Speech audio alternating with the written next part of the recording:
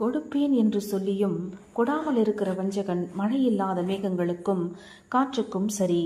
நீண்ட பொறுமையினால் பிரபுவையும் சம்மதிக்க பண்ணலாம். இனிய நாவு எலும்பையும் நொறுக்கும். தேனை கண்டுபிடித்தாயானால் மட்டாய் சாப்பிடு. மிதமிஞ்சி சாப்பிட்டால் வாந்தி பண்ணுவாய். உன் அயலான் சலித்து உன்னை வெறுக்காதபடிக்கு அடிக்கடி அவன் வீட்டில் கால் வைக்காதே. பிறனுக்கு விரோதமாய் பொய் சாட்சி சொல்லுகிற மனுஷன் தண்டாயுதத்துக்கும் கட்கத்துக்கும் கூர்மையான அம்புக்கும் ஒப்பானவன். ஆபத்து காலத்தில் துரோகியை நம்புவது உடைந்த பல்லுக்கும் மொழி புரண்ட காலுக்கும் சமானம். மன துக்கம் உள்ளவனுக்கு பாட்டுகளை பாடுகிறவன் குளிர்காலத்தில் வஸ்திரத்தை களைகிறவனைப் போலவும் வெடியுப்பின் மேல் வார்த்த காடியைப் போலவும் இருப்பான்.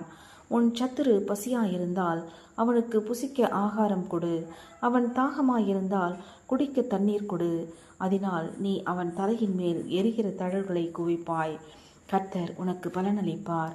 வடகாற்று மழையையும் புறங்கூறுகிற நாவு கோப முகத்தையும் பிறப்பிக்கும். சண்டைக்காரியோடே ஒரு பெரிய வீட்டில் குடியிருப்பதை பார்க்கிலும் வீட்டின் மேல் ஒரு மூலையில் தங்குவதே நலம். தூர தேசத்திலிருந்து வரும் நற்செய்தி உடாய்த்த ஆத்துமாவுக்கு கிடைக்கும் குளிர்ந்த தண்ணீருக்கும் சமானம். துன்மார்கருக்கு முன்பாக நீதிமான் தள்ளாடுவது கலங்கின கிணறுக்கும் கெட்டுப்போன சுனைக்கும் ஒப்பாகும். தேனை மிகுதியாய் உண்பது நல்லதல்ல. தற்புகழை நாடுவதும் புகழல்ல. தன் ஆவியை அடக்காத மனுஷன் மதிலெடுந்த பாழான பட்டணம் போல் இருக்கிறான். ஆமீன்.